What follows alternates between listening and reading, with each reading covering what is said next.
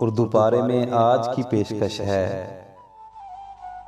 अहमद फराज की एक खूबसूरत गजल। हुई है शाम तो आंखों में बस गया फिर तू,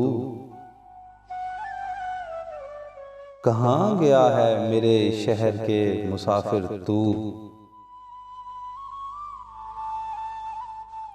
मेरी मिसाल के एक नखले खुश्क सहरा हूँ,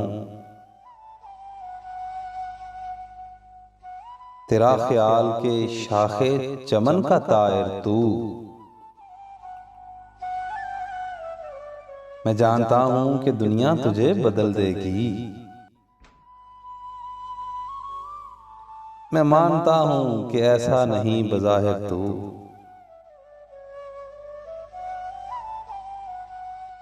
हंसी खुशी से बिछड़ जा अगर बिछड़ना है, ये हर मुकाम पे क्या सोचता है आखिर तू। फिजा उदास है, रुत मुज़महिल है, मैं चुप हूं।